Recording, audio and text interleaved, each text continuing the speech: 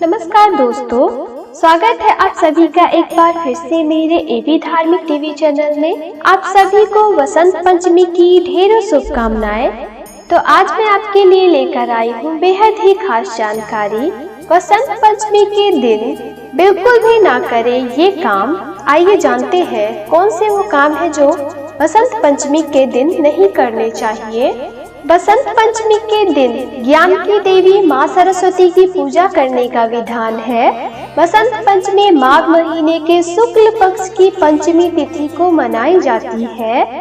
इस बार बसंत पंचमी का त्योहार 14 फरवरी को है। इस दिन कुछ कार्यों को करने की मनाही है जिससे माँ सरस्वती नाराज हो सकती है। आइए जानते हैं बसंत पंचमी के दिन क्या करें और क्या ना करें। हिंदू कैलेंडर के अनुसार हर साल माघ मास के शुक्ल पक्ष की पंचमी तिथि को बसंत पंचमी का पर्व मनाते हैं। इस दिन माँ सरस्वती की विधिवत पूजा करने का विधान है। इस दिन को अबूझ मुहूर्तों में से एक माना जाता है। इस दिन पीले रंग के कपड़े पहनने के साथ माँ सरस्वती को पीले रंग का भोग लगाना शुभ माना जाता है। शास्त्रों के अनुसार माना जाता है कि ब्रह्मा जी ने एक 4 हाथों वाली देवी प्रकट की थी, जो एक हाथ में वीणा, दूसरे में पुस्तक, तीसरे में माला और चौथा हाथ वर मुद्रा में था। उन्हें देखकर ब्रह्मा जी ने सरस्वती नाम दिया। जिस दिन माँ सरस्वती प्रकट हुई थी तो उस दिन बसंत पंचमी था। इस दिन माँ सरस्वती की पूजा करने के साथ साथ कुछ नियमों का ध्यान रखना बेहद जरूरी है। बसंत पंचमी के दिन क्या करें? बसंत पंचमी के दिन पवित्र नदी में स्नान करना चाहिए। अगर ये संभव नहीं है तो स्नान के पानी में गंगा जल मिलाकर नहा ले। माँ सरस्वती की विधिवत पूजा करें। इसके साथ ही माँ सरस्वती को पीले रंग के फूल अर्पित करें। माँ सरस्वती को पीले रंग के वस्त्र अति प्रिय है। ऐसे में इस दिन कोशिश करें कि पीले रंग के वस्त्र धारण करें। माँ सरस्वती को हल्दी अवश्य अर्पित करें। बसंत पंचमी के दिन माँ सरस्वती को पीले मीठे चावल यानी खीर चढ़ाना शुभ माना जाता है। इस दिन माँ सरस्वती को भोग लगाने के साथ सभी को प्रसाद के रूप में वितरित करें। माँ सरस्वती को पीले भोग अति पसंद है, इसलिए इस दिन पीली बूंदी, केसर, हलवा, राजभोग, मालपुआ आदि चढ़ा सकते हैं।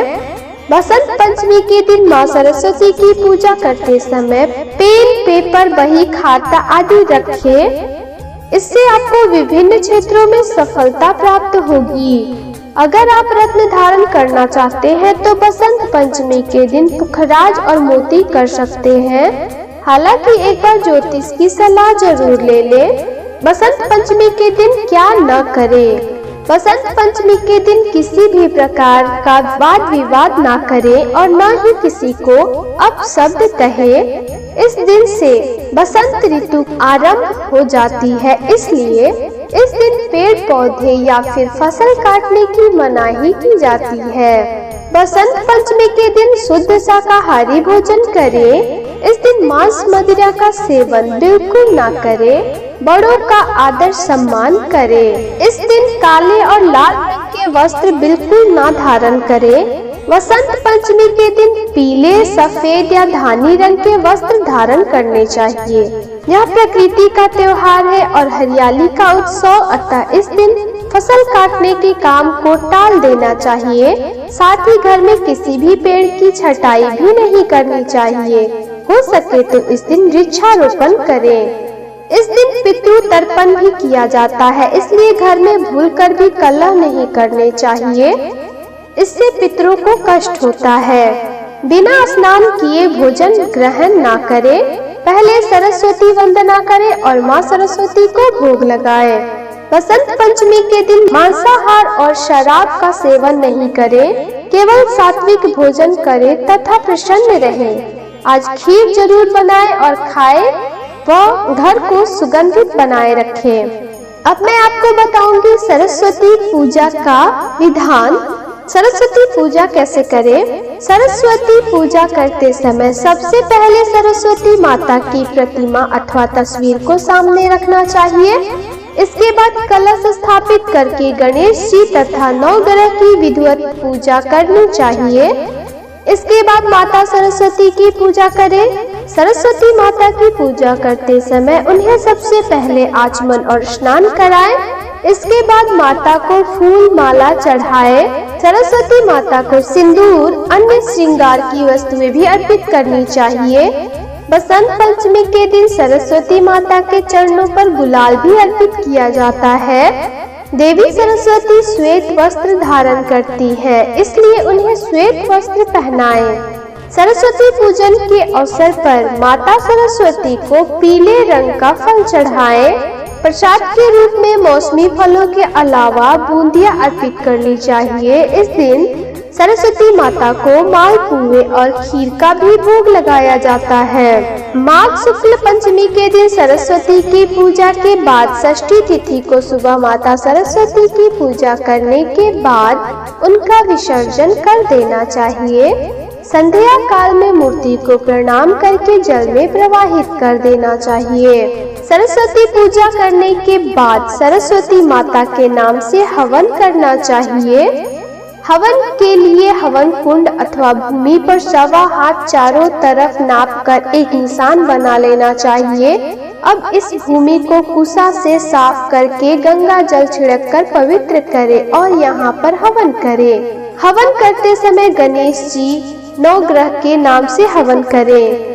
इसके बाद सरस्वती माता के नाम से ओम श्रीम सरस्वत्यै नमः स्वाहा इस मंत्र से 108 बार हवन करना चाहिए। हवन के बाद सरस्वती माता की आरती करें और हवन का भभूत लगाएं। सरस्वती पूजन के पीछे पौराणिक मान्यताएं। श्री कृष्ण ने की सरस्वती की प्रथम पूजा। इस दिन देवी सरस्वती की पूजा करने के पीछे भी पौराणिक कथा है। इनकी सबसे पहले पूजा श्री कृष्ण और ब्रह्मा जी ने ही की है। देवी सरस्वती ने जब श्री कृष्ण को देखा तो उनके रूप पर मोहित हो गई और पति के रूप में पाने की इच्छा करने लगी। भगवान श्री कृष्ण को इस बात का पता चलने पर उन्होंने कहा कि वे तो राधा के प्रति समर्पित है, परंतु सरस्वती को प्रसन्न करने के लिए श्री कृष्ण ने वरदान दिया कि प्रत्येक विद्या की इच्छा रखने वाला माघ मास की शुक्ल पंचमी को तुम्हारा पूजन करेगा। यह वरदान देने के बाद स्वयं श्री कृष्ण ने पहले देवी की पूजा की। ब्रह्मा जी ने की सरस्वती की रचना। सृष्टि के सृजनकर्ता ब्रह्मा जी ने जब धरती को मूक और नीरस देखा तो अपने कमंडल से जल लेकर छिड़क दिया। इससे सारी धरा हरियाली से भर गई, पर साथ ही देवी सरस्वती का उद्भव हुआ, जिससे ब्रह्मा जी ने आदेश दिया कि वीणा और पुस्तक से इस सृष्टि को आलोकित करो। तभी से देवी सरस्वती के वीणा से झंकृत संगीत में प्रकृति विहंगम नृत्य करने लगती है। कुंभकर्ण की निद्रा का कारण बनी सरस्वती। कहते हैं वर प्राप्त करने के लिए कुंभकर्ण ने 10,000 वर्षों तक गोवर्ण में घोर तपस्या की। जब ब्रह्मा वर देने को तैयार हुए तो देवों ने निवेदन किया कि आप इसको वर तो दे रहे हैं, लेकिन यह आसुरी प्रवृत्ति का है और अपने ज्ञान और शक्ति का कभी भी दुरुपयोग कर सकता है। तब ब्रह्मा ने सरस्वती का स्मरण किया। सरस्वती राक्षस की जीभ पर सवार हुई। सरस्वती के प्रभाव से कुंभकर्ण ने ब्रह्मा से कहा, मैं कई वर्षों तक सोता रहूं, यही मेरी इच्छा है। इस तरह त्रेता युग में कुंभकर्ण सोता ही रहा और जब जागा तो भगवान श्री राम उसकी मुक्ति का कारण बने। तो दोस्तों, आशा करती हूँ आपको मेरे द्वारा दी गई जानकारी बेहद पसंद आई होगी। अब मैं आपसे फिर मिलूंगी अपने अगले वीडियो में। तब तक के लिए धन्यवाद।